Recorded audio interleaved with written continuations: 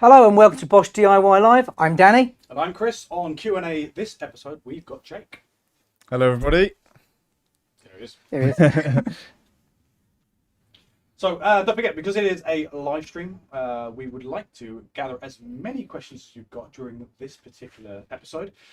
This particular one, we've got a bit of a mixed bag, haven't we, Dan? Yeah, we've tried to take a bit of a seasonal decision on what we're going to cover today in the live stream. So always we're after more information if we can get from you guys as to what you want to see in further live streams. But for this one, it makes sense. This time of year or what's just around the corner, we've chosen a few machines that hopefully you'll like. That's right, yes. So feel free in the chat, obviously live, to ask any questions about some of the products that we're going to be showing in this episode. But if you've got any general questions about any Bosch DIY product, again, that could be any power tools, measuring tools. Maybe you've got some accessory questions, or maybe you've got some questions in regards to some projects or tasks that you're trying to do at home, and maybe you like a little bit of advice from Danny and ourselves. Maybe we'll be able to give you some suggestions on what tools and maybe what some accessories might make your life a little easier with your DIY projects. Yeah. Remember, when it comes to choosing a product, it's not necessarily the most expensive product that you actually need. So running through the features and benefits of some of the products we do may give you a better understanding on which machine fits you perfectly. So when Dan and I were having a quick think and going, what can we talk about in regards to like an August special? Well, we know obviously there's a little bit of DIY that needs to be done in the garden, or let's call it preparation for winter, so to speak. Yeah, a lot of things that have been left out over the year that you've finally, now you're at home for a little while, you can tackle those. Yeah, that's how I was thinking, because I was sitting there going, I've got quite a lot of, we both got quite a little bit of holiday banked up. Yes. We're going to probably take most of our time off work in the dark, cold season. So I don't think I want to be doing too many DIY projects outside. So what we've got is a number of tools, another number of measuring tools that might make those little projects indoors a little bit more bearable as you're burning off some of the Christmas dinner calories, maybe. Yes, maybe. So yes, I know it is only August or October. October. But we have obviously also got some Christmas themed stuff too. So don't worry, it's not Christmas yet, but be prepared to get some of these things we want to show you. Maybe you might want, oh God, I don't want to say too much. Maybe if you've seen some of the promo material for this live stream, you'll see there's a few Christmas themed things, but maybe this gives you some ideas for some Christmas gifts as well. Yes. Right, okay. Well, as Danny and I are product trainers, we can't help ourselves sometimes. So we're not going to be too teachy in this episode, but we did think, what can we talk about? And we wanted to show we wanted to have a little chat about when you should select different kinds of products and what they're used for. Exactly. Because we have many conversations where we say, oh, a drill's not just a drill. No, and it there's certainly isn't. many different things you need to consider when you're going to do a DIY project. So as we've already discussed, okay, it's cold, you don't want to be outside, you might want to take the time with your Christmas break to do those DIY projects that you've been putting off for the whole year. Yes, no. Right. It's round about that sort of time. So. That's right. So we thought, well, most of them obviously involve drilling a hole in something. Well, you're going to want to hold in something at some point, mostly likely a wall. So for instance, for hanging up a picture, a Christmas wreath. There you go, see what I did there? Christmas theme. Maybe a shelf. Yeah, there's plenty of things in my house that need a little bit of repairing. And ultimately, you're probably going to need some kind of drill driver, screwdriver, maybe a combi drill, and maybe you might even need a hammer drill. So we thought maybe it'll be a really good opportunity to kick off this live stream just talking about some examples of each different types of machine and whether or not and how to select a product based on whatever your project is. Largely, it's got down to which material you're actually going to be dealing with. That's right. I think, you've picked up a good one there. Well, I thought I'd start off with what I think most people should be aiming at as a product. It's bare minimum in most people's toolkits at home. They'll have a drill driver or a combination drill driver, as we've got here. Now, we have got quite a few drill drivers and combi or combination drill drivers in the range. We've got things from the Easy range, so say for example the Easy Drill or the Easy Impact 18V-40. Maybe you'd like to go for something a bit more in the middle, so then we've obviously got our universal range of products. So again, universal drive or the universal impact. In this case, it might be something like the 18V-60. However, I thought what we'll drag out would be actually one of the best machines in the line. This is an advanced impact 18V-80.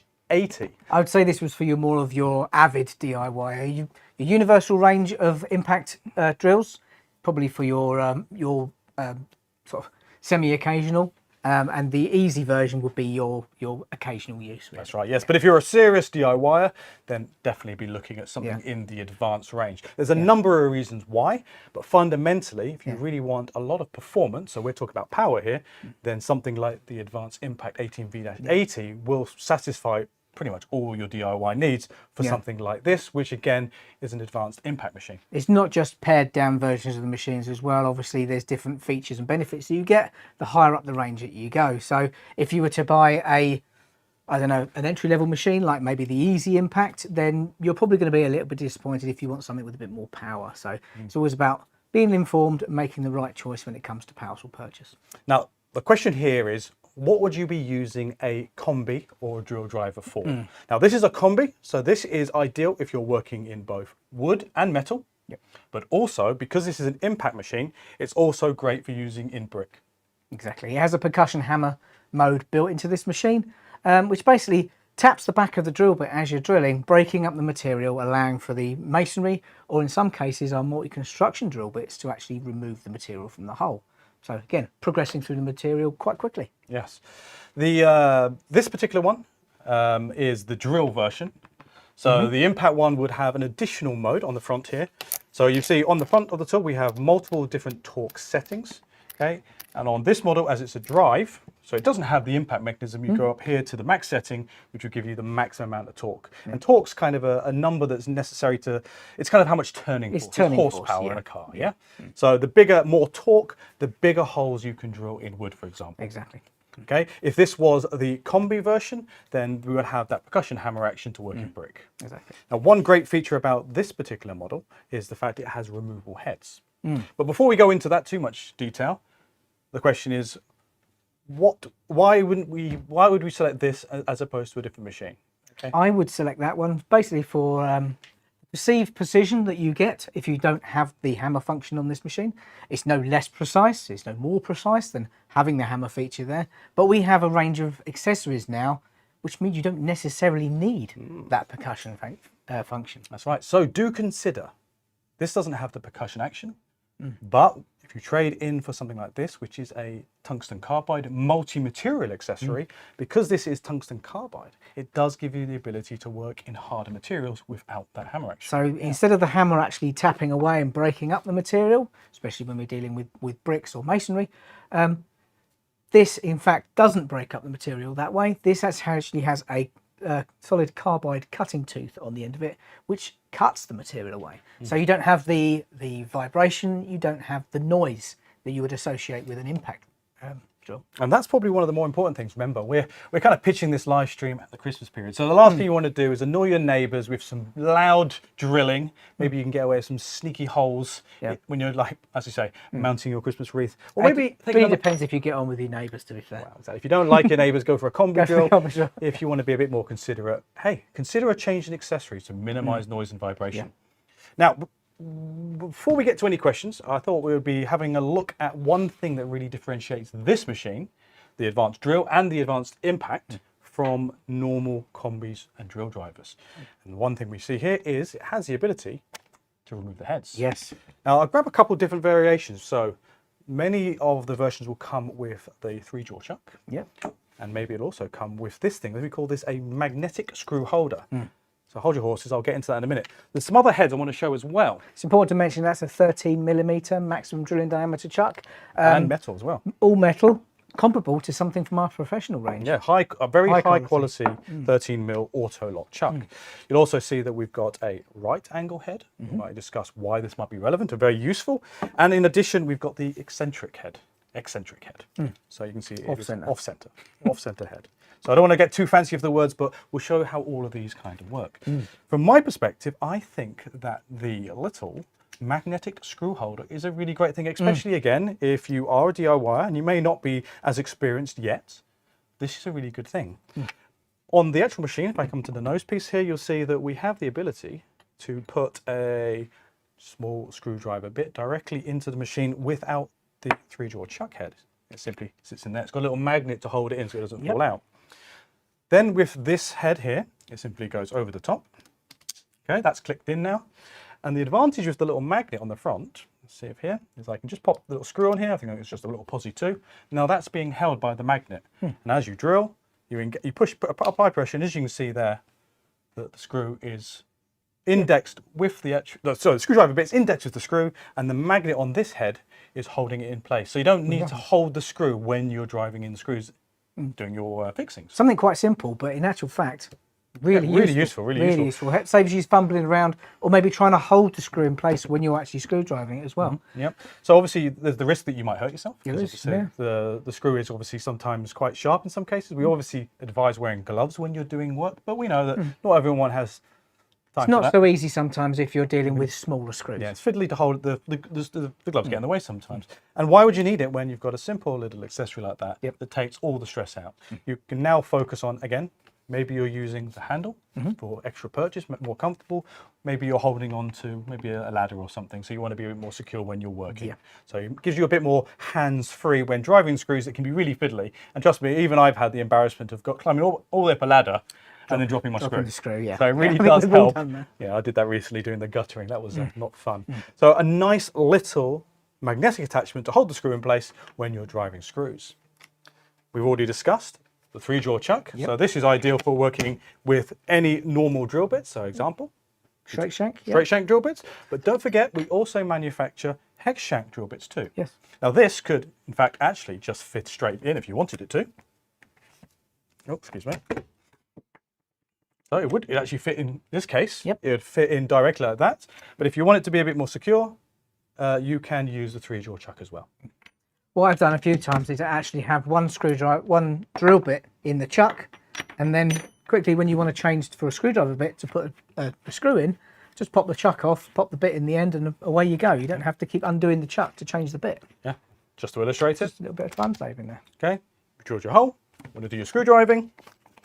Okay, quickly pop that in without having to then take out the screwdriver bit. So as Dan points out, that is a real great time saver. Time saver, yeah, big time, yeah. Okay, so different types of heads.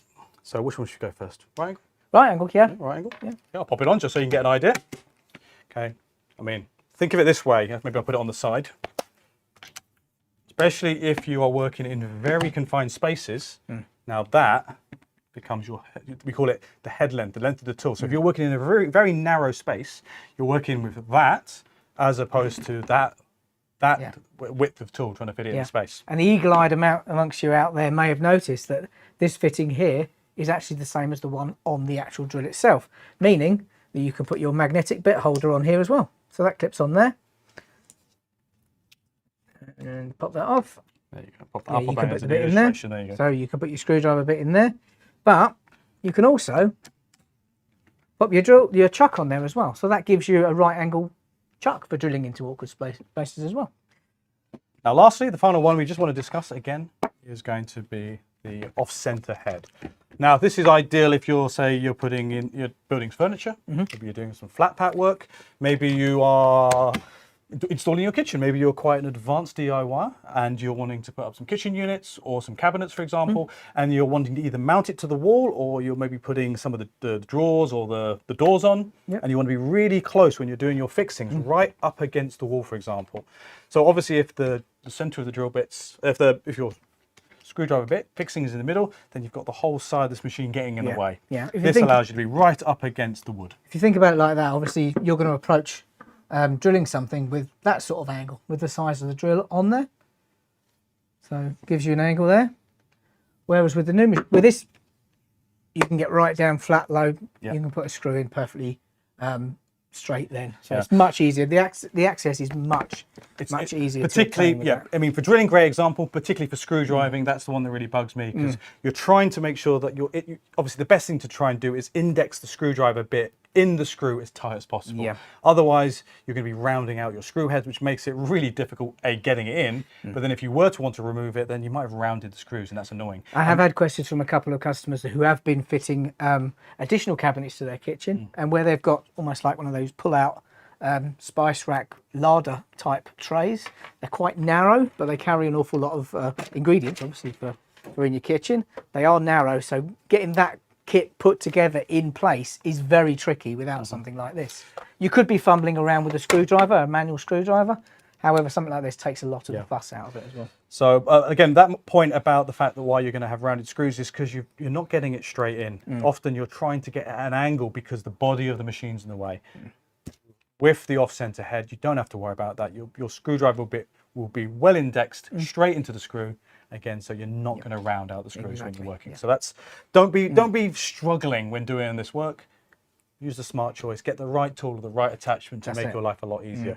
We go for something like a impact driver. Yes. Okay, we're not going to spend too much time talking about this machine, but we just want to remind people that there is obviously another type of machine that is really great if you're wanting to drill holes in things, but primarily an impact driver is especially useful for screwdriving applications. Much higher torque from this machine, all accomplished by the type and design of the gearbox. So this is a rotary impact gearbox.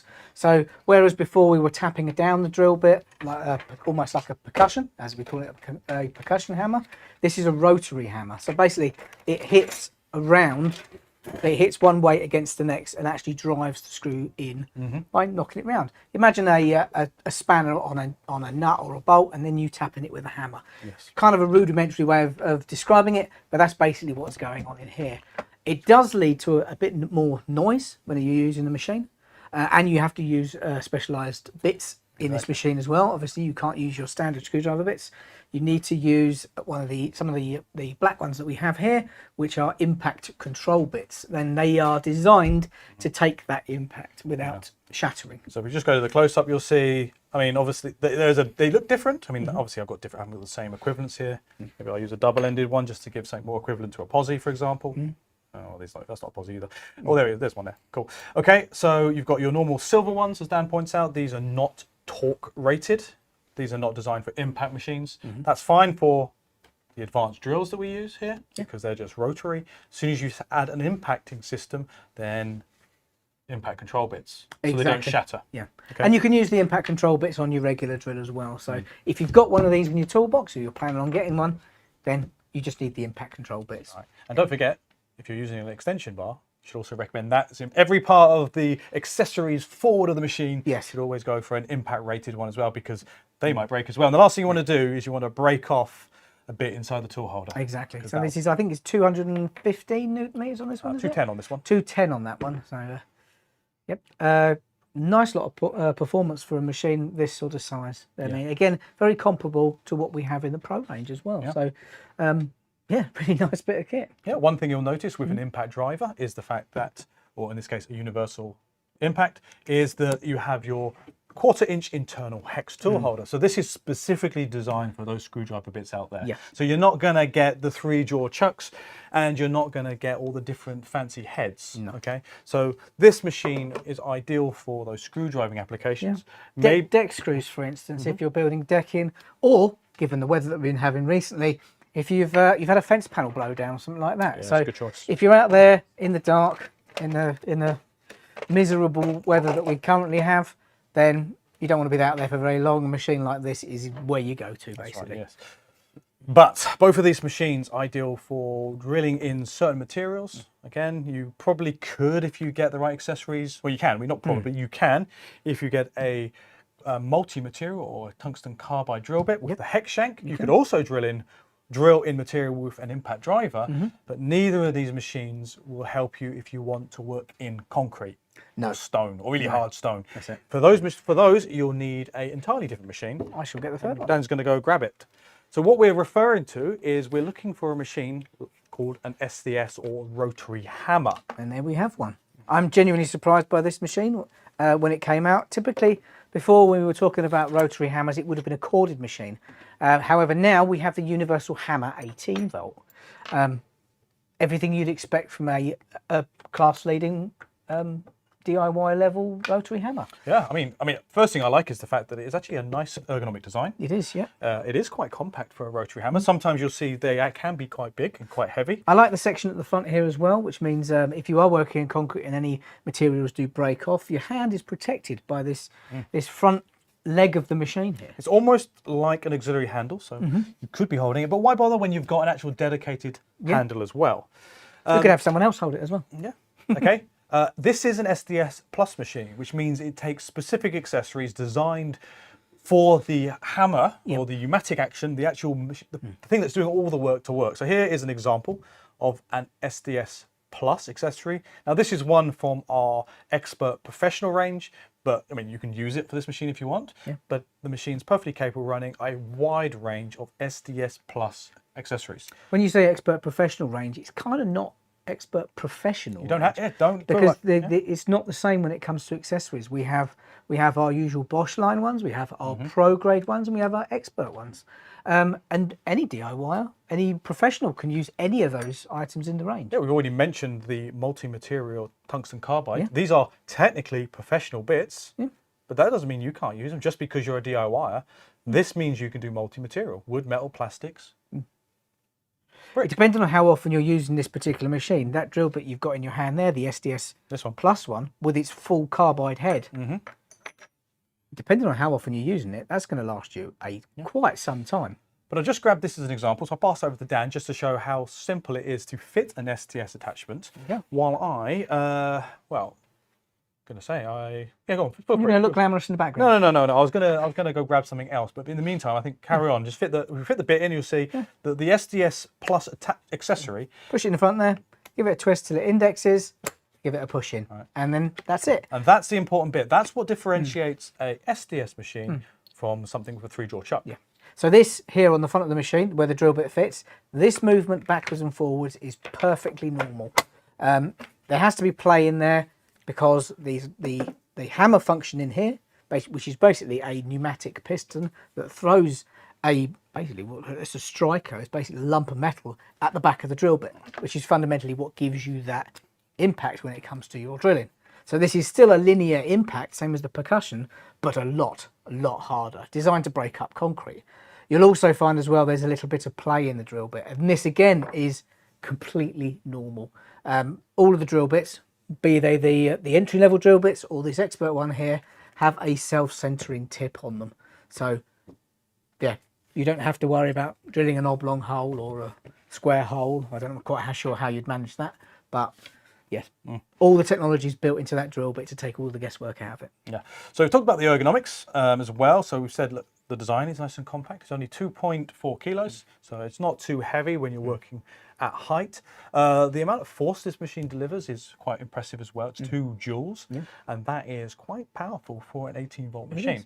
The important thing there is that means you can work really quickly. And I know obviously sometimes as a DIY, you don't really necessarily have time restraints, but the last thing you want to be is up a ladder for a long period of time, slowly drilling a hole. So with a good accessory and a good quality machine with good impact force, then you can be up, done, and away. In my case, having tea, as much tea as possible. The one thing I forgot to mention as well is obviously after you finish your job, you're not going to get it back in the case like that. So to remove the drill bit, you pull the collar back, pull the drill bit out. Simple as that. So the machine, it's always worth popping a little bit of grease on here as well. You get a little bit of grease with the machine, but just to keep this lubricated, to keep the tool holder clean. So simple as that. So again, just to remind you, so that's what really differentiates these 2 types of machines. So you've got your drills, so your combis, we're working in lots of materials, of course, but mostly limited to, say, red brick and masonry. As soon as you want to go for heavier, say, stone or concrete, then you'll be stepping up to an SDS Plus rotary hammer. This gives you a maximum drilling capacity in concrete 16mm, and that's pretty much more than you need for just your household. That's enough for rebar, for actual construction level rebar. So yeah, that's quite impressive. It's worth mentioning on here as well, on the gearbox we have a setting for just straight drilling, so no hammer function there at all, just rotary drilling. Now, before we go on, why is that important?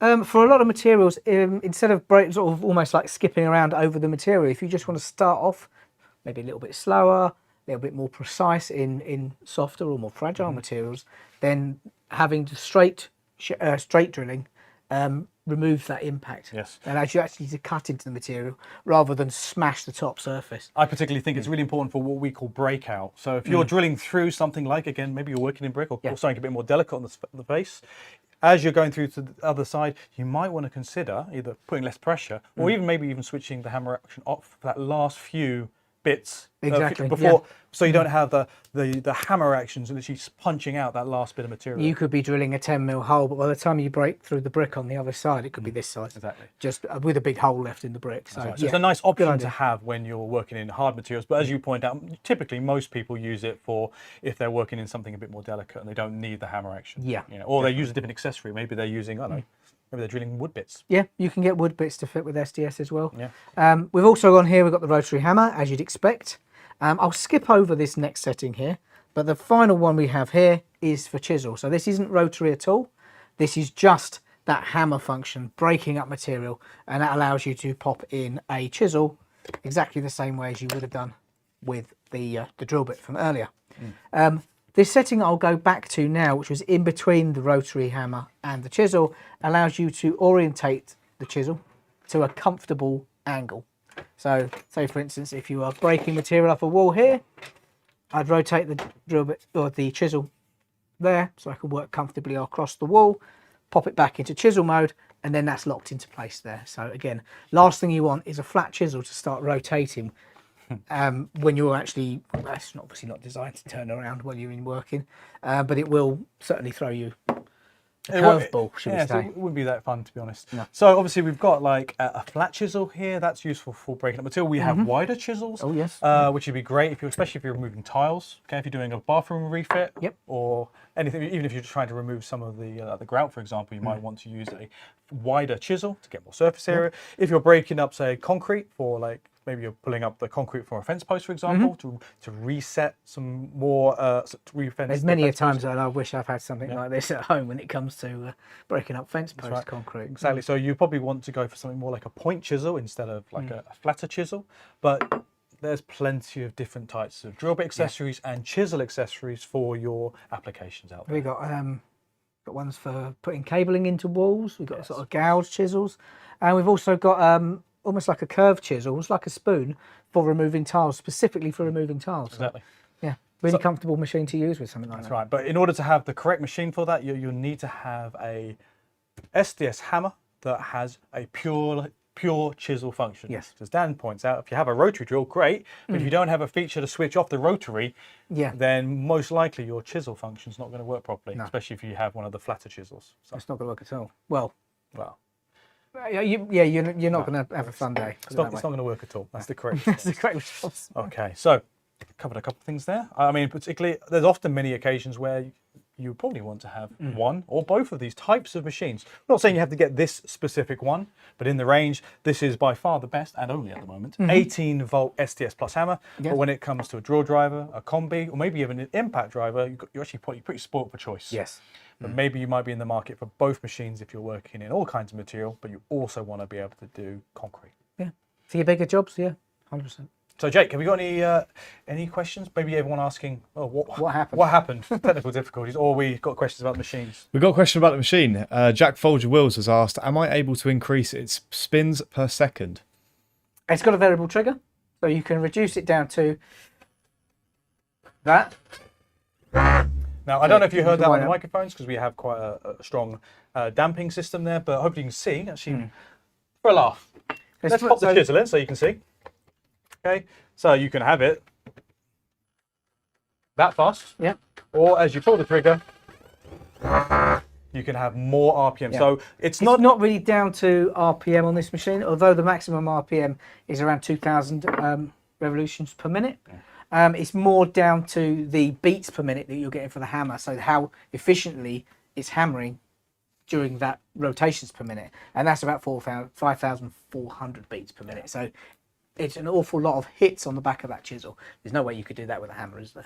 But if you want to control your RPM, if you're doing, I don't know, something else, maybe you're drilling, you want to do some delicate work, pretty much you'll see that pretty much all of our drills and our drivers and our combis will have a variable speed trigger, so you've got complete control all the way through your job. You'll have the same sensitivity on this as you would from any combi drill driver, anything like that. Cool. Any more questions, Jake?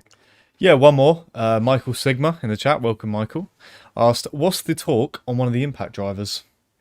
One of them you put, well, the one we had before was the advanced impact, and that's one of the more powerful ones, Yep. and that's going to be 82 Newton meters. But if you don't need that much power, you can go down to like the 60 model. So again, that's the Universal Impact 18V-60. You can see it's in the name, and that's going to be about 60 Newton meters.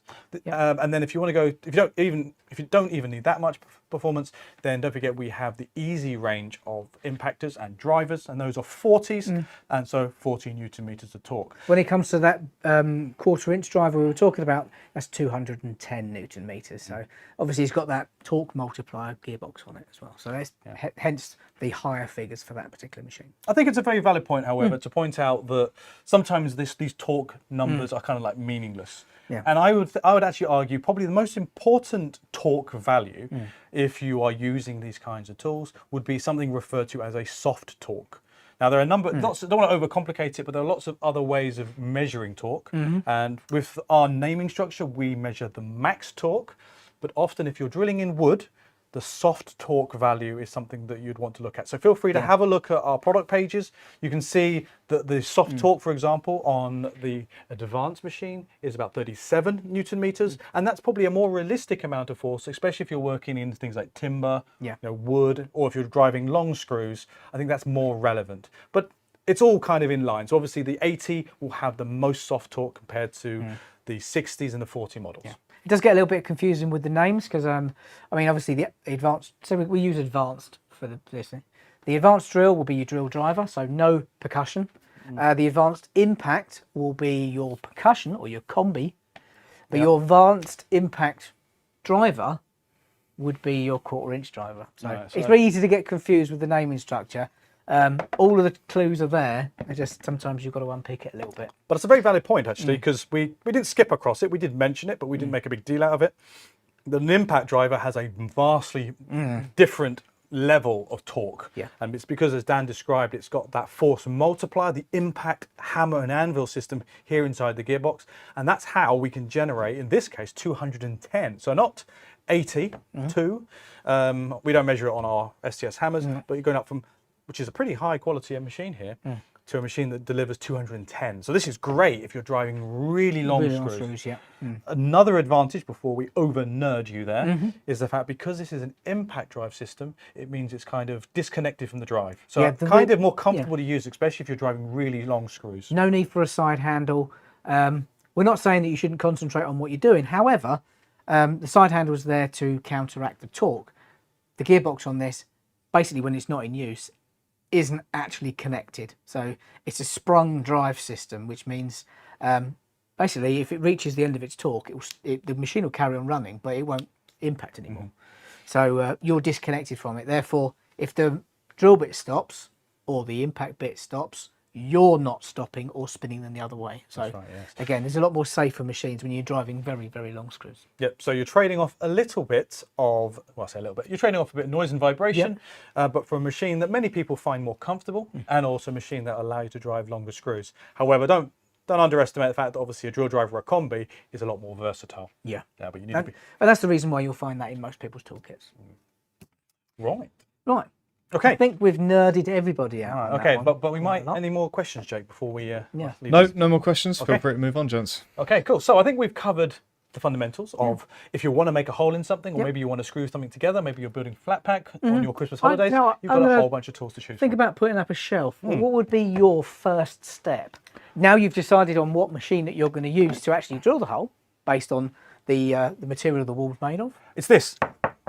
Is it tapping it until there's a tone change? No, of you course know not. Where you can safely drill? I'll obviously just cursory tap going, yeah, that'll do. Yeah.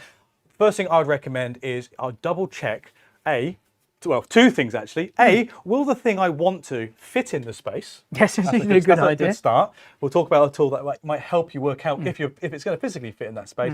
But primarily, I want to make sure that it's safe to drill and put holes in the wall, especially if I have no idea what's behind there. Yeah, you don't know whether that's pipe work, electrical cables, any number of things could be in that wall. And remember, plumbers and electricians don't like to put things in straight lines sometimes, so you can't necessarily guess where the things are in a wall. Yes, the whole tapping is always, as far as I'm concerned, guesswork. I don't care if you're experienced. At some level, you're hoping that someone's done it correctly, but hey, who knows?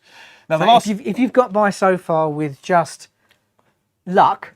Congratulations, well done. you are lucky. But really, you might want to step up your game. That's right. Because that will run out at some point. And most importantly, the last thing either of us or you want to be doing on your Christmas break is repairing, well, or sorting out flood damage. Stood there with your finger in a hole in the wall. Yes. Trying to stem the flow of water. Yes, that's right. So if you're lucky, clean water. It depends on where you're drilling. Yeah, so the last thing you want to do is having to, well, maybe replace everything because it's got wet. Also get a plumber in to fix it, and That's not going to be cheap, especially around Christmas time. Or an electrician. So we want to encourage you to do a little bit of DIY on your Christmas break, but the last thing we want is for you to drill a hole in a water pipe or an electrical cable and stuff up Christmas for the friends and family. Or maybe the neighbours, depending on how deep you're drilling. Or neighbours below. Maybe more likely. Yeah, so again, we don't want to make any enemies, but then, as you say, Dan, my recommendation is, first step really is to double check whether or not I can do whatever I want in the place I'm doing it. And for that, we would be wanting to use something like a Truvo. The Truvo there, this is the Truvo 2. So this is an upgrade to the previous model that we had. I think the main upgrade, as far as I'm concerned with this, it doesn't make such an annoying noise as the previous model did. I particularly like it. It gave me very 80s electronics nostalgia. It was very like that. So what we've got here with a Truvo is this is a basic digital detector. Now what this allows you to do is place it on the wall, okay, like in this kind of orientation or in this orientation, and scan across the wall and check to see whether or not there are things in there that you don't want to be drilling into. Primarily this is using electromagnetic. I don't want to get into too much detail, but that's the sensor-based technology, and it will help you see whether or not there's metal. So that could be steel, or it could be copper, so ferrous or non-ferrous metal. It's important because obviously something like a water pipe is going to be a copper pipe.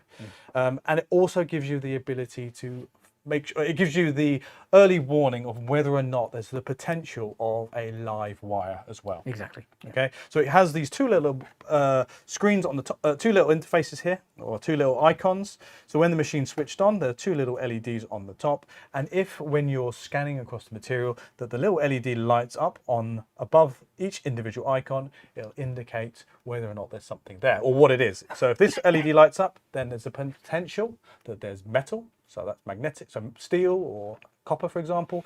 And if this one also lights up or lights up on its own, the little, obviously you can see this little lightning bolt here, that means there's potential for a live wire. So on the top, let's see if I switch on for a second. You see that it's detecting the desk. Okay.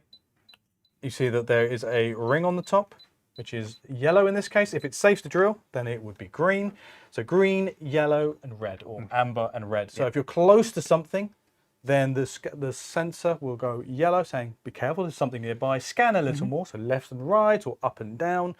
Okay, and if it's red, then it's saying there's something here, and then the icons will light up depending on what it's potentially detected. Exactly. Let me grab my little wall, which I believe is over here, and we'll do a little demo. Now, the machine itself just runs on some, so I think it's AA batteries. I'll do a quick check, I think 3 of those. No, 3 AAA, sorry, 3 AAA batteries. Yep. So you don't have to worry about buying another battery or having to charge it. It just uses very simple, very common. Yeah, it's a low energy machine as well. There's not too many bells, whistles, lights, flashing bits and pieces or displays to take up a lot of battery power. It's on when it's on, and it's off fully when it's off. So yeah. Best thing about the tool is it doesn't require any like special calibration. You simply place it on the wall and then you scan a number of times. So we always recommend 3 to 4 passes. It gets more accurate the more passes you give it. And this particular product will detect up to a maximum of 70 millimeters. So that's detecting metal up to 70 millimeters. But it'll also give you that live wire detection up to 50 millimeters. And typically that'll be more than enough depth in your average like home. Well, to be honest with you, if you're using a fastening for a rule plug, for instance, you're not going to be drilling 50 mil into the wall anyway. So, right. Yeah. Okay, so your little demonstration. Again, is my small facsimile of a wall. Okay. I'm going to use the SDS Plus chisel back here, which I am holding against the back of the wall. Okay, so all good. Getting near to something. I actually have no idea where Dan is, so I'm guessing that you're holding it around there. Cool. Hopefully you can see on the screen there that or maybe you can hear it as well, that the audible chime changes. It gives you an impression as you get nearer, it speeds up. And when you get really close, within the width of the machine, then the icon will light up red, and you'll get the icon above metal light up as well. Okay, that's all you need to know. So if I was going to go and, I don't know, mount a TV, put up a shelf, and I get some signals, especially if I get a live wire, guess what I'm going to do? Not going to go anywhere near it, because I don't need to be digging around on a Christmas Eve trying to work out if it's safe to drill. I'm going to choose another wall. Or checking the fuse box for all the fuses you've blown, because you've drilled through a circuit. That's right. Now, so we've done the first stage. Yes. Okay, so we've got our Truvo, so our detector, to make sure that when we do drill a hole, we're not going to cause an expensive repair. The next thing we might want to do is consider whether or not, especially if you're doing something maybe like a shelf, or I don't know, something else like that, whether or not we're drilling our holes level, especially if we're having to drill more than one. So, or maybe even if you're just doing things like putting up picture frames, for example. Yeah. So the next machine we like to have is, basically we call it like a line level, but we like to give them little nicknames. So this is not a new machine, but I'm pretty sure many people would know that we've got many versions of the Quigo. You've got one example. Just grab us the normal Quigo. Just the normal one? Okay. Or actually bring all three, but we'll talk about the normal Quigo as an example. Now, so what we're talking about here is a device that basically projects via lasers, in this case mostly red lasers, and gives you an indication whether or not well, not an indication, it tells you by a straight line how to mount things level to the floor, essentially. Now, the tool itself is self-leveling. Now I'll have to hold it this way. Now, this is always something, always find it very difficult showing lasers on the live stream due to the amount of light. So that maybe come up a little bit clearer there. Okay. So obviously I've put it on just an accessory set there, but the machine itself has the ability to self-level plus and minus 4 degrees. So you don't. It's pretty standard to any of our professional measuring tools as well. Yeah. So you don't have to worry about putting it on a level surface. As long as it's within plus or 4 degrees, then the machine itself will level. I'll do a little indication there. It flashes. Hopefully you can see it's flashing. Okay, and then it slowly settles. So it only takes a few seconds, and then you're ready to go. Yeah. Okay. So you can see it's got a little cross line here. So again, ideal, pop it on high space, or we've got some accessories like a little clamp. It's called the MM2 clamp. Dan's got an example here. So you can hook that onto the side of a table. Yep. And then you can point your Quigo at the wall that you're working at, allow it to level, and then you can get to work. Drilling your 2 holes, maybe left and right here, for example, or maybe multiple holes, or maybe, again, you're just putting up loads of picture frames and you want to make sure they're all at the same height. Exactly, yeah. You can use a Quigo to do that really nicely and easily after you've done your preliminary scan. That's it, yes. Okay, so the leveling accuracy, if you're interested, it's plus and minus 0.8 millimeters. So that's over 10 meters, I believe that is. So that is, it's more accurate than you probably need for DIY purposes. But if you do get that person popping around your house with a spirit level and want to check everything, you're spot on. We all got one of them in the family, haven't we? Yep. All right. Simply slide that down, slide the cover here, and that obviously covers the laser, switches it off, and makes it safe to use.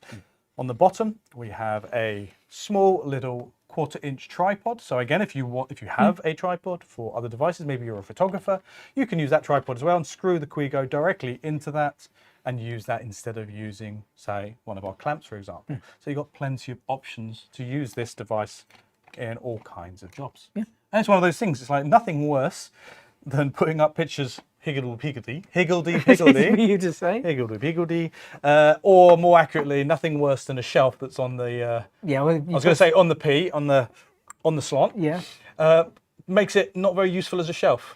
Not if you're trying to store anything spherical. That's right. So don't do a bad job when you're at home. Make sure you've got something like a Quigo to make sure that when you are finished, you'll be happy with your job. Okay. Yeah.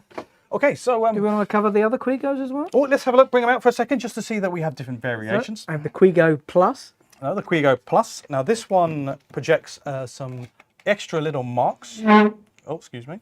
It might be hard for you to see, but there are little dashes along the lines. Yeah, that's very useful if you wanted to match. There's one there. Yeah, it's not gonna be easy to show that. No. It's better at slight distance, but the Quigo Plus also has those little dashes along the lines if you want to line up stuff equidistantly. Yep, there is no set measurement for them. Obviously, the further away that you put the laser, the bigger the gap. So, yeah, it's just for alignment. Maybe if you're doing a larger square area. Maybe you want to put some pictures up in different areas, but you want to keep to the same sort of area without moving the Quigo around. Then yeah, perfect. Okay, and the one last we got here is a Quigo green. Yes, Okay. Okay, and guess what? it's green. Got a green beam laser. I think also, if I remember off the top of my head, I also believe this one is using... It's actually green. Yeah, actually uses more recycled plastics. So Yes. it's a bit more environmentally friendly. So let me just have a look, see if it's going to work. Yeah, that's beautiful. So you have the choice between a number of little red laser ones as well as the green beam one. The green beam, I've heard this is popular. What's the deal? What's so special Well, about green the beam? human eye picks this up basically twice as good as it does on the red one. So Oh, I would say 4 times is it better. 4 times? I would say better? 4 times I better. think you change it every time we have this conversation. Yeah, I think it's 4 times better to the human eye, personally. To some people, not necessarily to everybody, but I know every time I've put it up against the red beam laser, it's been way more visible. Yeah. Totally down to your personal preference, but for many people, they find green beam easier to see. Obviously, laser devices, their enemy is direct sunlight. So if you're fortunate enough to have a lot of natural light in your house, you might want to either get nearer with your red beam, or perhaps a green beam laser, such as the Quigo green, might be the right choice for you. But feel free to, I don't know, pop into store, see if you can have a look at some of the different green beam lasers and see if it makes a difference for you. Yeah, I think most of the lasers that are coming out now, you'll find on the market generally a green beam because of that reason. Right, now onto one of my personal favourite devices, because I alluded to it before, that if you are going to be trying to put something somewhere, let's use my TV analogy. Yes. Or maybe you're wanting to buy some flat pack furniture. where I put it now. Before you pop out to your well-known big brand, you might want to make sure that what you're buying is going to fit in the space that you've got it for. Have you missing? I'm not sure where I've put that. It's okay, I'll grab it. Okay, so... Oh, I hid it over there. Okay. Right, so my point there is I recommend that you use some form of measuring device, okay, to measure the space that you need. I'm not saying this is all things to everybody when it comes to measuring things, but in reality, it's got a lot of attachments that come in this little kit, which I think you'd be hard pressed not to measure pretty much anything with it. Well, before we talk about what it can do, we should tell what it is. Yes. So this is, we call the Zamo. We like our little nicknames. This is the Zamo. It is a laser measurer. Yep, this is the 4th generation that we've had, starting back from, 10 years ago now. 2015. Wow. 2015, yeah, 2023, I think this model came out, which is our currently our Zamo 4, which is our latest one. That's right. So as a laser measurer, let's grab it out of the box. Essentially what it's doing is it is sending out an invisible laser beam, okay, and then it's measuring how much of that laser beam is reflected back. Well, it's not so much how much, it's how long it takes to leave and then come back. Now, it'll also have a targeting laser, so many people think that it's actually the red beam that is doing the measuring, but no, it's actually an invisible beam behind it. This is helping you target what you're doing. Yeah. Okay. The Zamo itself is, when you switch it on, it's continuously measuring. So maybe I'll put it on its side there, see if the close-up camera can see that. And as I move my hand nearer and away from it, you can see that the value is continuously changing. So if I press the button, where is it? Sorry. Okay. Then I can kind of pause that continuous measurement, and then you've got a hold value there. Okay. The Zamo itself has 2 different settings. You use the other button here. This is something that we've added since the previous Zamos by having an additional button. And you can see that now we can also select area. So area will be very useful if, say, for example, you want to know how many tiles you need to get to do a wall. Wallpaper or even paint. Yeah, paint, wallpaper. So if you need to measure a surface area, then you can put it onto the area mode, and then you can take 2 different values and work out how much square footage, for example. You can do that for each of your walls to work it out, your paint coverage requirements or rolls of wallpaper you're going to need for your entire room. All right, so you can see that as I've pressed it and let go, it's stored these values. So now you can see that there is numerous values now in the screen, and I can access the memory later. So useful if I'm taking quite a few measurements and I want to refer back to it later. Yeah. The machine itself, again, has, we would say it's got about a maximum range of about 25 meters. It's around about that. Plenty for indoors, unless you've got a really big house, in which case we do other machines in the range that measure further distances like 25, 30 meters, 40 as well. I think. I think all the way up to 50. I think Yes, so I was at 50. Yeah. for the DIY range. Again, that's loads of range. But again, the Zamo has a number of features that I think like differentiate it from the more dedicated ones. So even though this is technically more entry level, I wouldn't consider it entry level because of some of the attachments that we'll talk about in a minute. Yeah, you'll find vast majority of laser measures don't have the flexibility that these attachments do. It really brings it to life. These little bits here. I mean, I could go on about the technical specs, about how accurate it is, but trust me, just like all other Bosch measuring tools, as well as the power tools, this is high quality, so it's extremely accurate. Even, I'd argue, pretty much, even to a professional degree. So plus and minus 2 degrees accuracy over 10 meters. It's plenty. 2 millimeters or? Let's say 2 millimeters. Yes, 2 millimeters. So high quality. I can't remember what I said there. Now, one of the degrees, I think. Did I say degrees? Yes. Sorry, my apologies. It's late. It's late. It's been a long day. It's been a long day. Yeah. Okay, so the thing, however, that I really like about Zamo are the attachments. Let me just grab them all out for a second. Okay. They look quite uninteresing, don't they? No, But they are. Yes, they look. Yes, they look. They look unassuming, but actually they add a lot of functionality. That, certainly do. if I'm being honest, there's not many measuring tools in the market that offer this, and even within our range. This makes this Zamo very versatile indeed. Interestingly, if you've got the previous model of this as well, you can also fit the same attachments to the previous model. Had the same fitment mechanism. So yeah, you can buy these all separately or as a kit altogether. Now the advantage here is that that the attachments themselves simply just click onto the top there. Now you switch on the machine. Now I've got the wheel drive here, so I'm just going to. It's already recognised that, isn't it? Immediately. That's right. Yeah, I'm guessing because I can't see that I'm going to have a value on there as I scroll the machine along. Yeah. So if you're measuring, maybe for instance, around a round object, a cylindrical object, something like that could be really useful. So you'll get your circumference measurement there. But yeah, even if it's not if it's a line but not necessarily a straight line, you can measure the distance. Another attachment which is really ideal, again we're still measuring, is going to be something like the tape attachment. Now this one is particularly useful because there's not many devices out there that offer this. No, not even dedicated features. So you can see here you've got a little tab here, nicely branded with the Zamo. And as I pull the tape measure out, you can see it's actually got no markings on it, but hopefully you can see on the screen itself, it's giving me the measurements. So this is really great if you really, like me, I need to work out what neck size I am for my new shirts, for example, or if you're trying to work out... you can press the hold button and you haven't got to actually... So I found this is quite useful for people... I'm not saying me, I know I wear glasses, but I don't have the best eyesight in the world. But the ability to have it in big numbers on the screen is really helpful.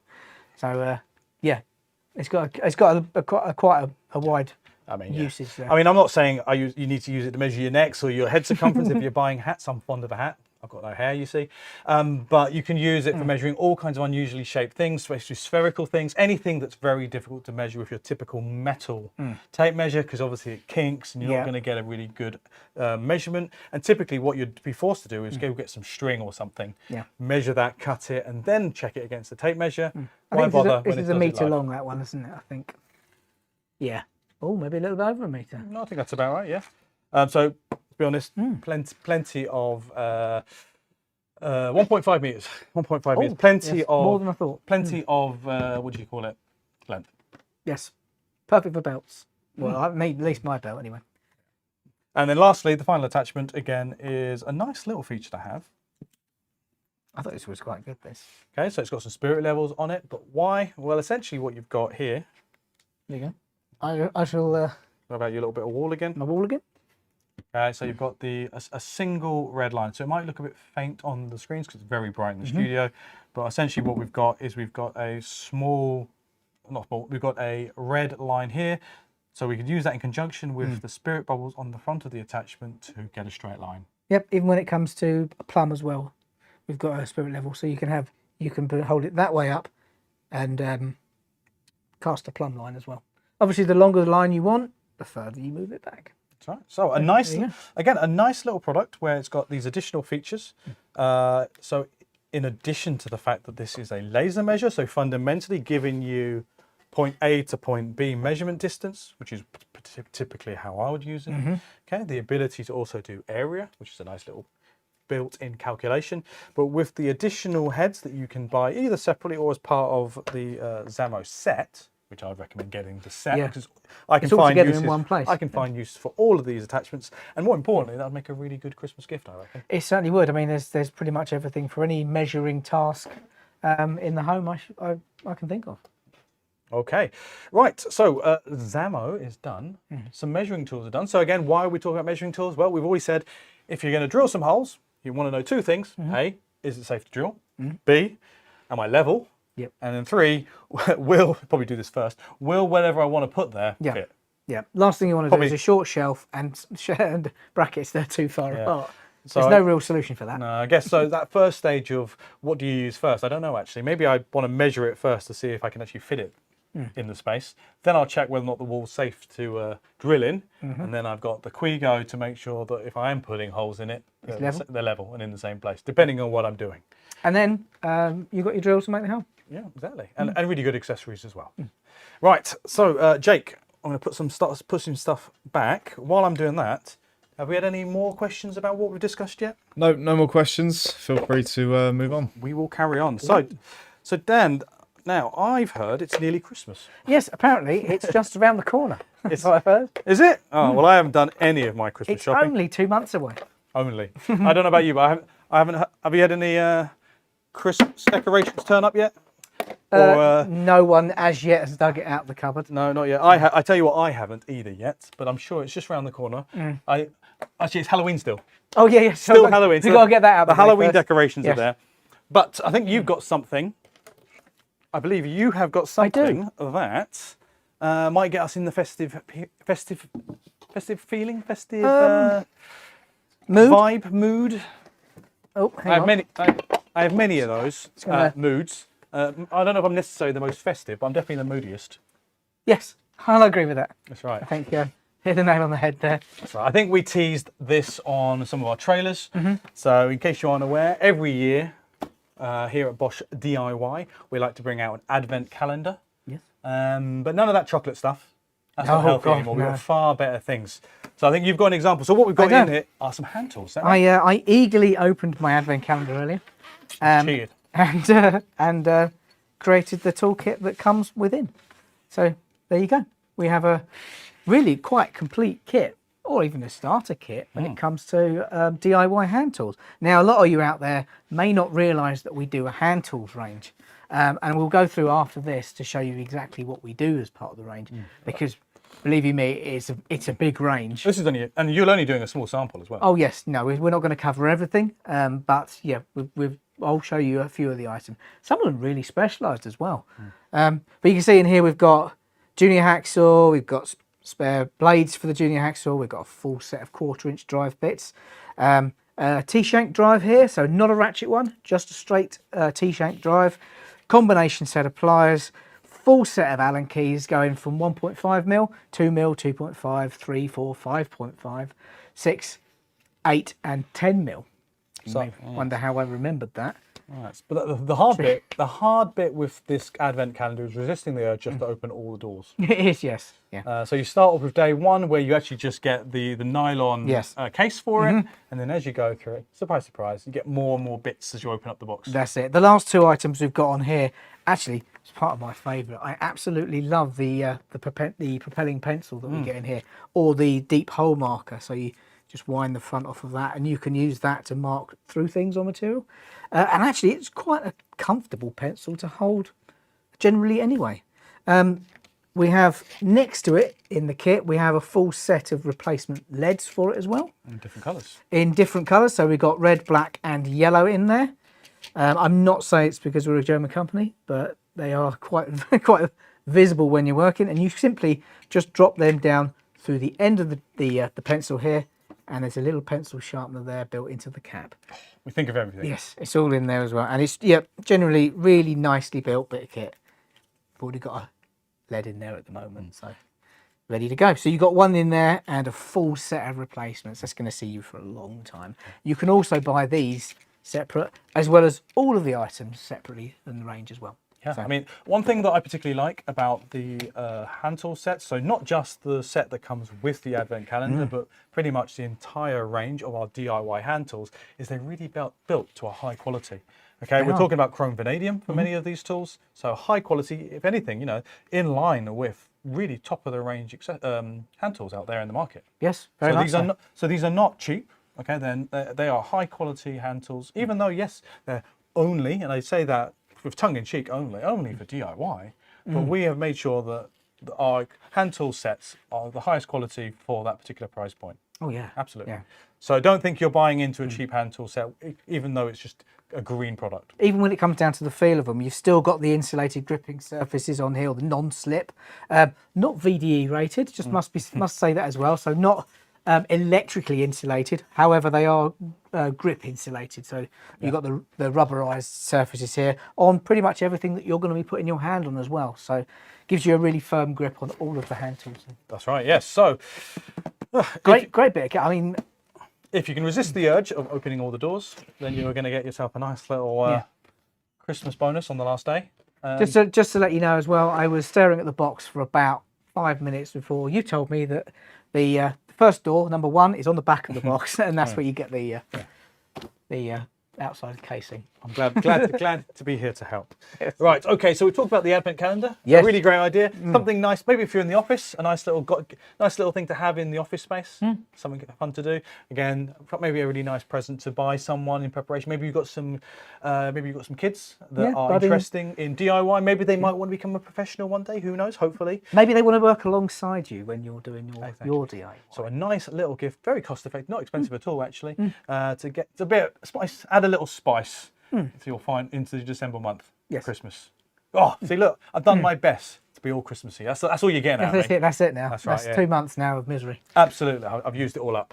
Okay, so we've talked about the advent calendar, but yes. you wanted to show some examples of some other tools. Is that I right? did. If you want to grab one of the socket sets here, and I'll grab. Oh, actually, no.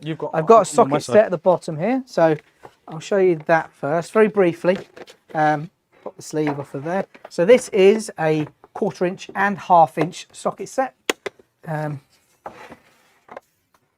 you go. We've also got a square drive 1/4 inch screwdriver bit in there, and all the sockets you would expect to see in this particular kit here. I believe it's worth mentioning at this point as well that all of the hand tools, the DIY hand tools, come with a 10-year warranty on them as well. So again, any problems with them, send them in and we'll get them replaced. I don't expect to be honest, because I've already used some of these. I've looked at them and I've used them, and they're very high quality. Yeah, so that's a 1/4 inch. I mean, bear in mind I'm skimming the surface here when it comes to the volume of kits that we actually do, but I'll try and get some mixed sets in here as well, so you know where you can go with your collection, really, isn't it? So this is 1/2 inch and 1/4 inch. That's 1/2 inch and 1/4 inch. With two different wrenches as well. Yeah, Actually, a whole bunch of stuff. Yeah. Yeah, nice. there's a T-bar, there's a 12-inch extension, and sockets you'll need. Okay, that's pretty comprehensive for one set. Yeah, universal joint, 2 universal joints in fact, and a load of screwdriver bits. Yeah, very nice. Again, 1/4 inch. Well, what else have you got for us? Right. Actually, I'll let you run.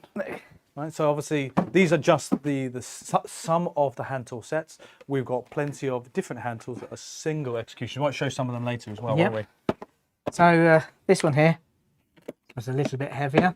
Another socket set here, but however, it's got pretty much everything we had in the previous one, but double-sided, yeah. So has the wrench set as well, and a load more longer screwdriver. So 132 bits. Yes. Very nice, very nice. Yep, that's again 1/4 inch and 1/2 inch drive. If I lift that up there for you, got that there. So lovely bit of kit. That loads more screwdriver bits in here as well, and pretty much again everything that you had in the previous kit. So you can really very nice. Travel up through the range and get a whole lot more for your money. I will grab this one. Yeah. So this is a mixed set. This isn't primarily a socket set, but it does have a lot of the other things from the range as well. So I thought it's worth showing you. So this is the 64-piece advanced hand tool set. So you can see a few things you may be familiar with here.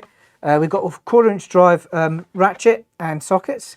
If you want to have a quick turn of that, well, feel that. I already know that these are really nice quality, really quiet ratchets. In fact, what would you say? Very nice. Really quite ratchety. It is very. Yeah, it's good. It's very nice. There's, I think there's 64 tooth, but I'll have to double check on that, and maybe 32 tooth. But Yeah, the swing back is very short. Now. Yes. So yeah, very useful if you're Yeah. working in very tight spots. So you've got a ratchet 1/4 inch screwdriver in here as well. T-shank, same as the T-bar in the Christmas kit. 5 meter tape measure. You've got the pencil and you've got the leads in here. Some precision screwdrivers. And also a little spirit level at the top there. I particularly like the. They've all got a good feel for them, haven't they? Yeah, they all sound lovely. Yeah. Even got a tiny little claw hammer here.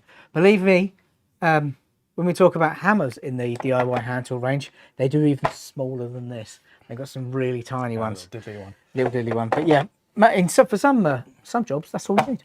So if you're already a subscriber to the Bosch DIY channel, feel free to check out some videos. There's some very nice short videos filmed by a lovely German fellow of ours, a friend of ours called Dino. Dino, yes. And we love Dino. So feel free to have a watch of some of his videos. I think they had a longer video on the channel and then they cut them up into smaller sections. So they're only probably about a maximum about 3 minutes long in each section. And he goes through lots of the different categories. That's well worth looking at as well. Yeah. So we've also, these last two little sets, precision screwdriver set. Very nice. They really have hit the ground running with our DIY hand tool range. Very complete kit already. However, they are building on top of it as well. So there will be more to come in the future. And this one here is the little T-handle. It's a ratchet. Ratchet in T-bar. So yeah, with a couple of nut setters in there as well and all the screwdriver bits. So. See, personally, from my perspective, I really like the precision screwdrivers. Again, for those who aren't familiar with what it means that you've got to basically at the end rotate so you can have that planted right in the center of your palm for a lot of control. You just and twist with your fingers. Yeah. So instead of having to rotate the whole screwdriver like a normal screwdriver, a lot more control and much more useful when working really small little bits. Well, when I have to usually describe what you do with those sort of things, just imagine repairing your glasses. Some really small fittings that you need precise screwdrivers to operate. So. Well, I'm an avid gamer, so I'm always fiddling inside a PC case. Well, if you're taking stuff apart and can't put it back together again, which is what I usually end up, it's because I don't have the tools to do it. But now you can have the tools to do it. On the topic of screwdrivers, now we wanted to mention this little bad boy. You want to cover that one? Oh, might as well. I'm not going to go into too much detail. No. But we had a mention of those fiddly little screws. Yes. So what we've got here is our magnetizer and also a demagnetizer. I was really interested in this when it turned up. A bit sceptical. Have you got a screwdriver from one of those ones? It's certainly blown me away so far as usability on this. Oh, I'll grab it from another kit. Yeah, I've got the only ones I've got magnets in them. So well, I just use the I precision. don't want you to demagnetize the magnet. Let's have a look here. So essentially all you're going to do is you're going to place it into the magnetizer. There's a plus and a minus. So if you want to magnetize it, you roll it around that spot here, and then obviously it'll hopefully be magnetized. I'll do a little.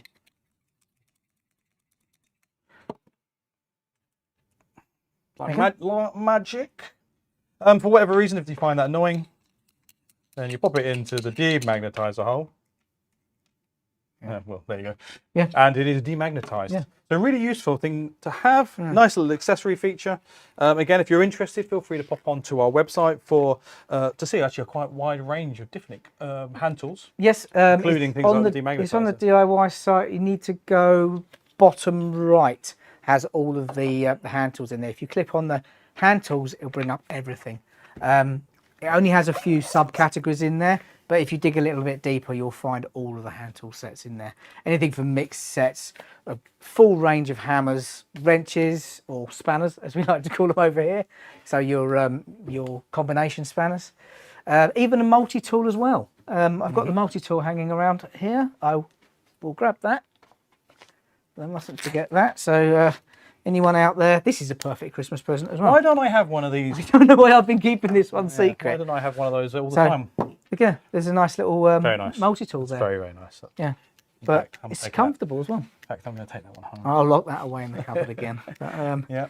So yeah, we've got multiple use. That's a great little multi-tool there. Yeah, and to finish off, I guess that's a fair point to start finishing off some of the DIY hand tools. Don't forget, we've also got a great range of, we've got 3 in fact, of our Japan saws. Japan, I was surprised by this because you'd expect when you're starting off a hand tool range that you're going to go for more basic machines that everybody's going to like, but they actually brought out a range of Japan style saws. Yeah. I'll let you do the names. Wow. Because oh, you've got 2 different examples. Yep. In my hand here, I think I've got the Kataba. Yep. You've also got the one up there, which is the Dozuki. Dozuki. And then you're going to have the Ryoba. Ryoba. So again, nice flexible blades designed specifically for almost like cabinetry work, really, for flush very cutting, popular. maybe dowels off of a piece of wood, or yeah, anything you need to flush cut. I believe the Dozuki, I'm going to get the right names completely wrong now. That one has a stiffer backbone to it as well, so it allows you to do precision cuts. But you'd be genuinely surprised how precise a cut you can get with something like this. So this is all. So you can see, these are the 3 Japan saws we've got. But don't forget, we've also got a wide range of the hand saws, the hacksaw style, and the normal wood saws. Yeah. So you've got quite a great range in the DIY. Yeah. So feel free again, maybe after the live stream, to go to the website and have a look at the range and see whether or not any of these perk your interest. Yes. Interestingly enough, the blade. I'll cover the blade cover as well, because a lot of people think this is just packaging when you actually buy the saw, but genuinely, if you have to store this, or you've got it in a van, or you've got it in your shed, for instance, probably a good idea to cover the blade, not only for your safety, but actually to protect the product. Most people just slide these off and throw them away. However, there's a little lever on the side there where you can flip down and simply lift it away from the blade. So you don't have to try and feed it back on. You just simply pop it back on the blade, clip it back together again, and there's your go. There's your guard. Very nice. We like to think of all kinds of things, don't we? Yes, really useful. Okay, so you're pretty happy because you've been wanting to do at least something on the hand tools for quite some time. We've had the hand tools in our storeroom for quite a while. Yeah, depending on how the range extends, which I'm told that it will do. Yeah, we're not stopping. We may be able to do a more of a dedicated live stream on it, but it's something you would have to tell us that you want. Exactly. I was going to say, if you're not in the live chat right now, feel free, if you're watching this as a video after, pop in the comments down below whether or not you'd like Danny and I to do a live stream on the entire range, all in one video. I've even got a full set of metal files and wood rasps that go with the kit as well. Yeah, honestly, check out the website because there's so much stuff on there. Or more importantly, if you're too lazy to do that, feel free to check out the other videos done by Dino when he looks at properly pretty much each individual category of products. And I think Dan's already pointed out there's a lot of categories of hand tools out there. There are. So, but you didn't know that, but now you do. Yeah. So, okay, right. So we want to finish off this live stream by having a little look at some lawn and garden products, or we call them outdoor goods. Yeah. So it's towards the end of the season, or it probably is already the end of the season, but there might be a few little jobs that you want to tidy up before you settle down for, I don't know, winter. It's already, it's already winter, guys? I'm pretty sure it's already winter. But there might be a few little jobs that you want to do. And one of the things I thought you might want to do is a little bit of hedge trimming. You don't want to go over the top, so you might want to go for one of our smaller machines. We'll leave your topiary and your ornate hedge work maybe for spring, summertime. However, this tool will do that, and also trim your hedges should you need to get them under control before Christmas. Now I think we may have talked about this machine before, but hey, good excuse to talk about it again because it is an outstanding product. We've got an extra accessory to cover with it as well. That's right. So this machine, Danny, we've got the Advanced Shear 18V-10. Yes, with both sets of blades here. So we have a shaping blade here, and we have a hedge trimmer blade. Yeah, so this one you're probably familiar with. This is typically how I'll be running the machine, as a mini hedge trimmer. When I don't want to go and get the full size hedge trimmer out, I'm very happy just to grab an advanced shear. Again, running on the 18-volt battery. So we've got pretty much every tool we've shown you today has the ability to be used on all of them, or on each other. Sorry, I sound a bit weird there. Yeah, so the DIY Bosch 18-volt battery is fully compatible with all the power tools. Okay. And the Power Tool Alliance as well. Yeah, Power Tool Alliance, but also works on all of our outdoor goods too. So got a little trimmer like this. You can put it back on, say for example, your hammer drill some holes, and then you could pop out and maybe do some shredding in some If cases. you're lucky enough to have a Bosch vac as well Yeah, inside your house. that's Also runs off the same battery platform, so you can buy a naked version of this without the battery and the charger, and away you go. Yeah. So the machine itself has a nice little safety feature on the tops. Okay, you hold that down, and then it's ready to go.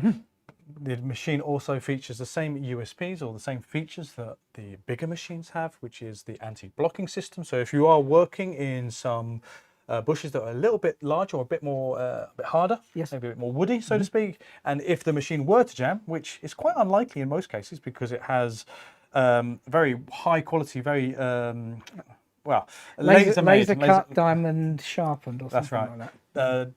Laser cut diamond ground, I think. Diamond ground, that's it. Yes. Blades, which means they're exceptionally sharp. But over some time, if they were to start to wear, or you came across something that's probably a little bit bigger than the machine can normally handle, don't worry, because of the anti-blocking system, then the machine will automatically basically go forward and reverse and basically chop through the material. And we've had this on pretty much all our hedge cutters for many years now. Yeah. One of the only, I think we are still the only guys out there in the market that have this anti-blocking system. Yeah, on the larger machines, we have a section literally at the end of the bar, which you can use for sawing through material. So yeah, unique out there. Yeah, great. And then obviously, you've already mentioned the smaller one. Yep, the the smaller one. So this is for your used to call it the shape and edge attachment. So this will be for maybe around your garden, maybe the grass around your borders, and also come springtime, maybe a bit of hedge trimming, a little bit more topiary based sort of stuff.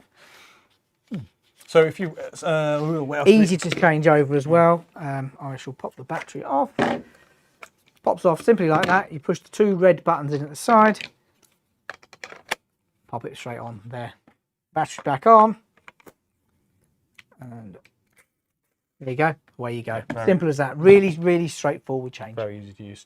Probably don't want to spend too much time talking about the extension pole. Probably worth showing it. I don't know. I think this will be quite popular out there. Well, let's leave the edging attachment on because that's probably where it's quite relevant. I guess because obviously if you don't want to be stooping down to the ground to do the edging, for example, so you might want to use the extension pole. Yeah, extension poles have always done quite well when it comes to this type of machine.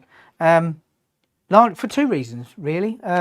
People who maybe haven't got the same mobility as they've had, it's a lot easier to use this to trim around your borders whilst not bending down. I know, I definitely benefit from that from time to time. Yeah, well, it gives you an extra, is it 1 meter 15, I think it is. Yeah. So again, you're not having to stoop down to the ground.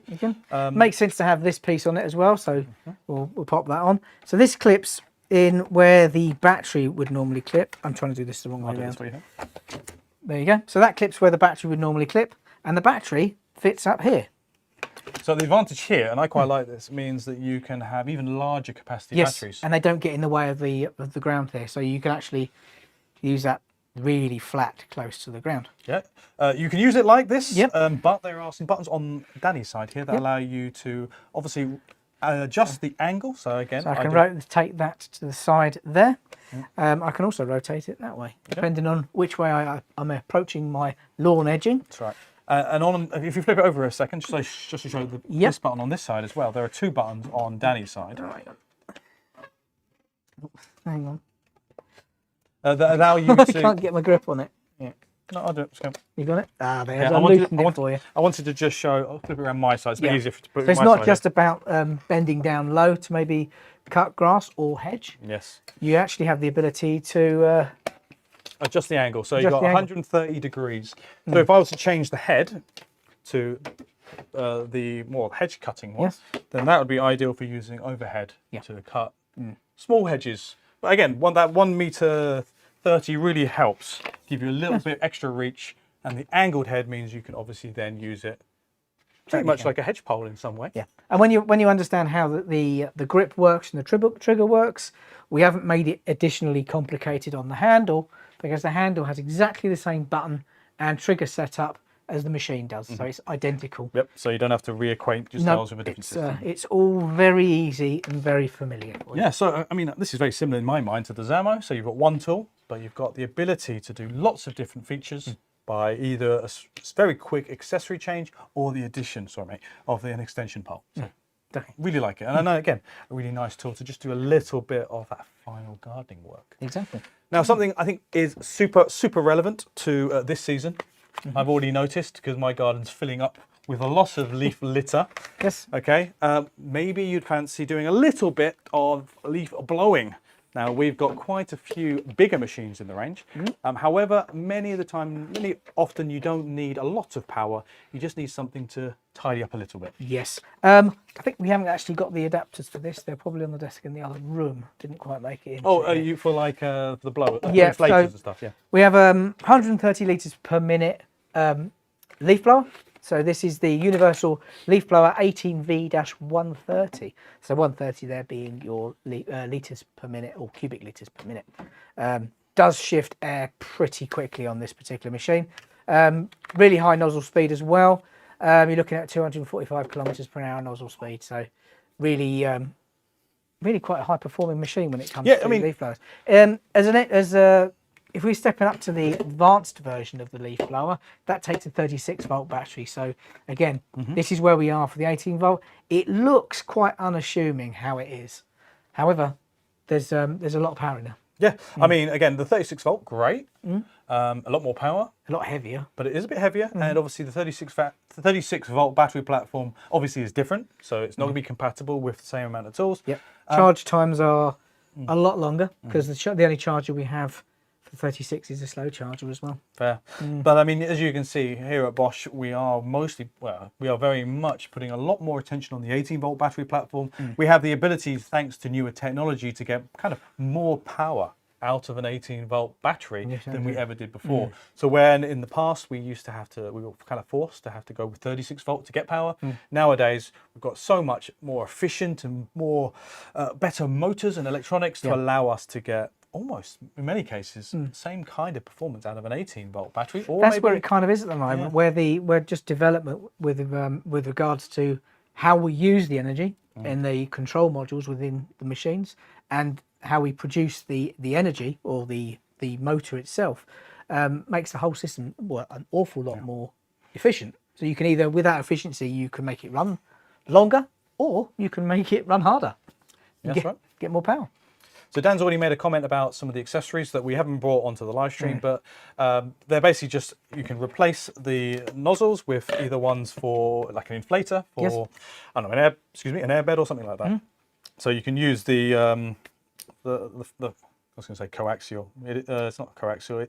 Was it coaxial? No, it's just for pumping up. Oh, on there? No. No. You can use the device just to inflate airbeds. So if you've got family coming around for Christmas, see, I've done it again there. Then you may need to inflate an airbed. Something like this, it'll do it pretty damn quick, I'd imagine. Yeah, exactly. Yes.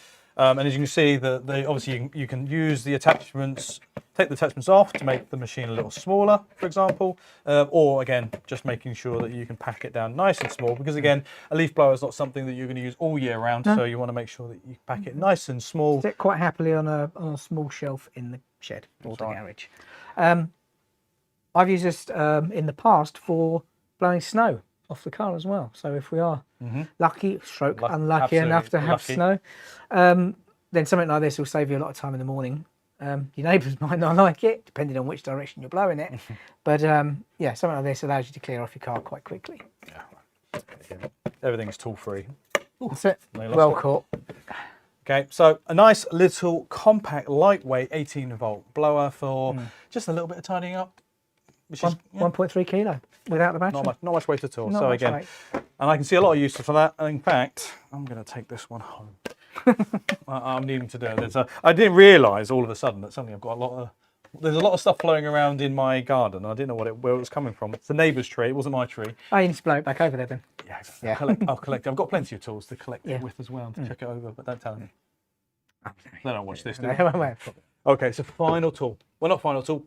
Nearly the final tool. Oh yes. Okay, because again, you might want to do a little bit more work in the garden, just to get everything ready for the final product that we want to show. But before we get to it, we want to show one of our little chainsaws. There you go. So this is the Easy Chain. I'm not sure why they call it an easy one because it's quite high spec, but this is the Easy Chain 18V-15-7. Catchy. Yeah, of course. A lot of numbers there. But Well, 15 bar length. Yep. And I guess you could say 7. It's approximately the chain speed, which is actually 7 meters. yeah, 6.95. We'll round up. We're close. We're close. Okay, so 15 centimeter bar length. Probably can just, I'll take the chain protector off. There you go.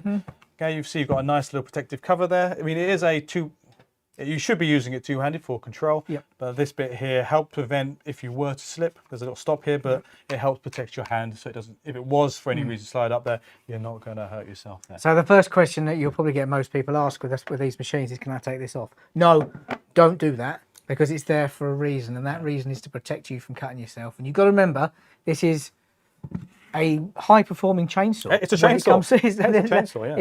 It's not anything pretending to be a chainsaw. It's a chainsaw. So yeah, with it's not a nice injury to get. That's right. Yeah. So with this 15 centimeter bar, that allows you to cut diameters up to 13 centimeters. That's 15. No, I think it's millimeters. 15 centimeters gives you 13 centimeters cutting diameter, which is ideal for cutting off smaller branches and perhaps maybe even shredding them later. Yes, that's it. Which might allude to one of the tools coming up in a minute, but I won't get there just yet. One of the main features of this machine is that it is, I think you said lightweight already. Yeah. And it's very, very efficient as well. So this weighs in exactly the same amount, funnily enough, as the Leaf blower does at 1.3 kilos. So if you're running a 2.5, so not this one, but a 2.5 amp hour battery, you can get up to 160 cuts. So super efficient.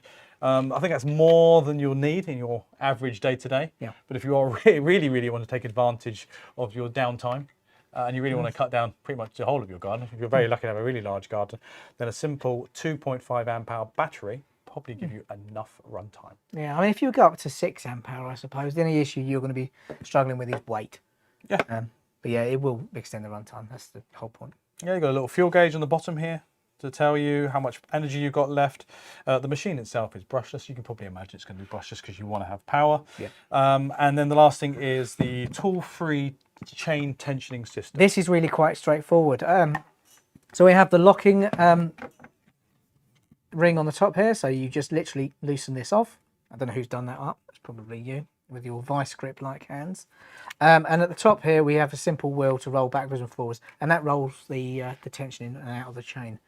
So you can simply back it off or tighten it up depending on the actual whatever's needed. Yeah, how it's needed. Yeah. Okay, and then finally, again, just to complement the brushless motor, and one of the reasons why we get that really great efficiency of 160 cuts on a 2.5 amp hour battery is the fact that this machine also features the Syneon technology. Exactly. Which means you're not going to be wasting energy when the machine is idling, for example. It's only going to draw extra power when you're needing it in more aggressive or deeper, thicker, or harder material. So it's optimised for cutting, really, and not putting undue stress on your battery. Exactly, right. All right, so I think what we'll do is... I'll pop that back on. Yeah, we couldn't obviously do a demonstration of the chainsaw in the studio, but instead we've got a nice little video that we'd like to play. Oh, no, we don't? Okay, we don't have the video, I'm afraid.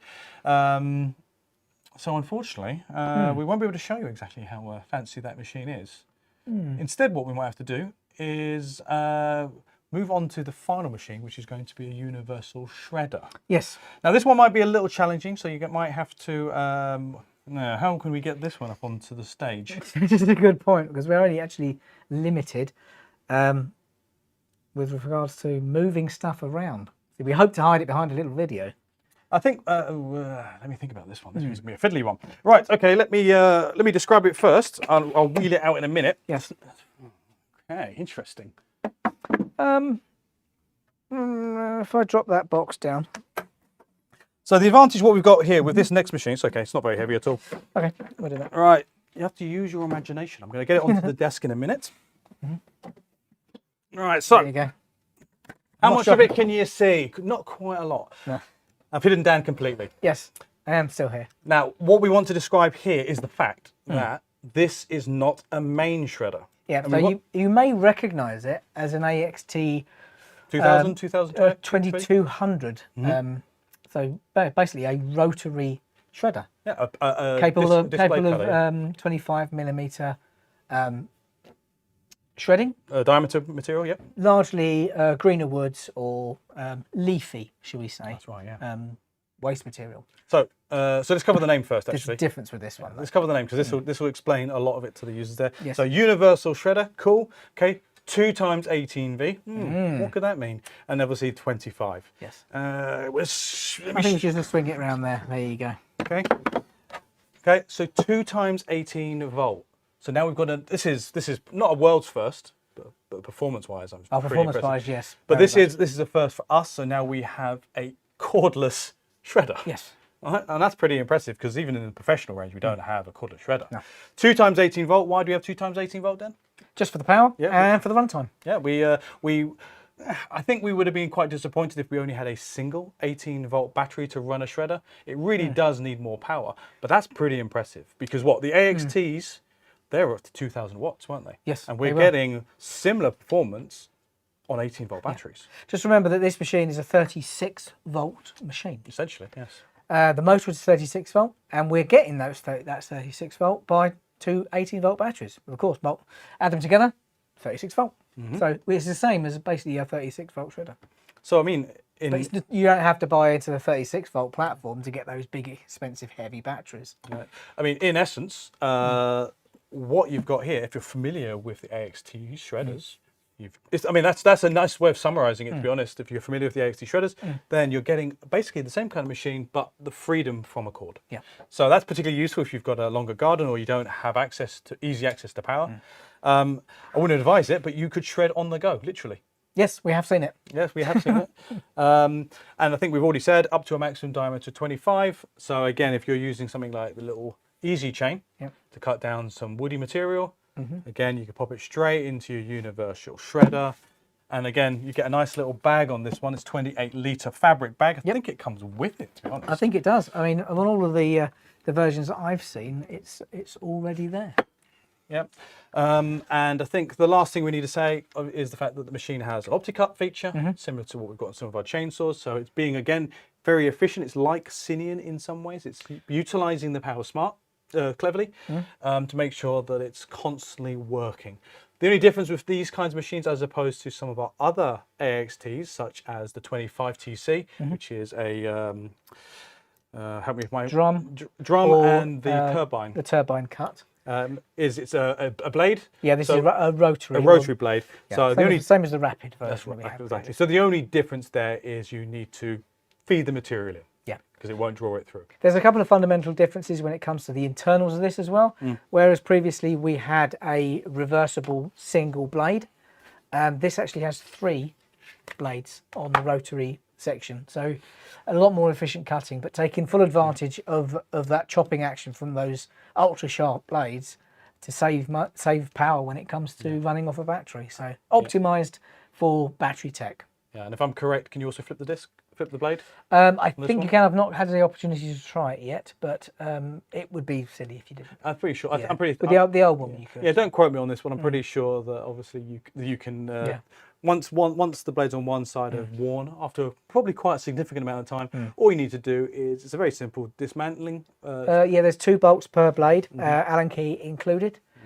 Just pop them off, flip them over, I should imagine. That's right. But I'll have a look into that. Make sure. I'm pretty sure.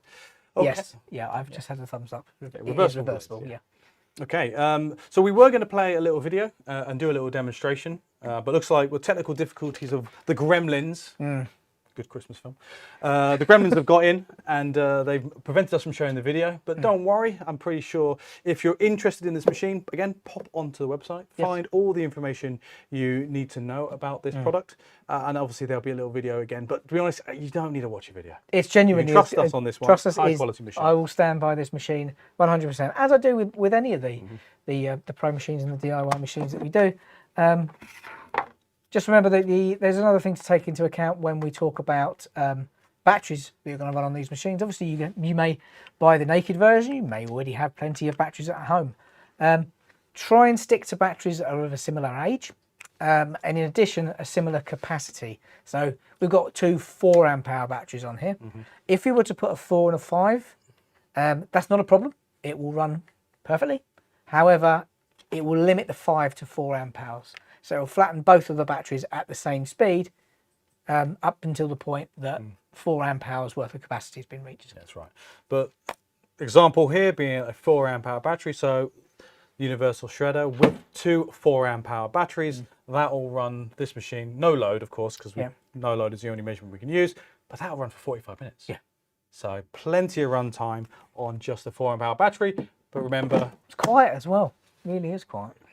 so I mean, that's what, yes. So don't feel like you're really compromising running a cordless battery platform for a shredder. We've put a lot of R&D into making sure this machine is not going to be an inconvenience running on cordless. That's a real shame that we can't show you in operation, because it really is as good as we say it is. There you go, back again. Yes. Right. Okay.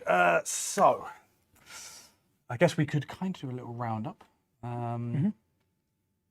So, Jake, have we got any final questions in regards to any of the machines, or any of the other questions, any other topics maybe that have come through in the chat during the live? No other questions. Feel free to round up. Oh, very More nice. importantly, Jake, have you got any questions? Are you fully? No, don't think so. Yeah, I think we we've learned a lot. I think we've done pretty good. We've fought through the technical difficulties of this live stream, but we have managed to get through all the products, and that's not bad time. It's not That's bad a time. bit longer than we expected it to be, but hey, you know, hopefully by now you know that at least Dan and I, especially myself, were very hard to keep to a timescale. But I think we've done pretty good. I don't think we've ever kept to a time scale. Of course not. So I guess we'll round up very quickly again in this live stream in case you're watching it live and you want to scrub back to the beginning. We had a little look at some of the machines, trying to decide, hey, what machines should you use if you want to drill into some like wood, metal, plastics? Maybe you do some brick drilling, for example. Maybe some concrete. Exactly. Yeah. What stages, maybe what kind of steps you want to do before you start drilling. So we looked at some detection. Yep. We looked at some leveling, and we looked at some measuring. Yes. Okay. We've also given you hopefully some nice ideas for some Christmas presents, as well as our advent calendar. Yep. And a huge range of hand tools, and I really do encourage you to check out the website on that. That's right. And then lastly, just to summarise, we had a little teaser at some of our outdoor goods, so our lawn and garden products, again, all running on the 18-volt battery platform, as well as that our first ever 2x 18-volt shredder to round it off. So hopefully you've enjoyed this DIY live stream. I've been Chris. And I've been Danny. And I've been Jake. See you later.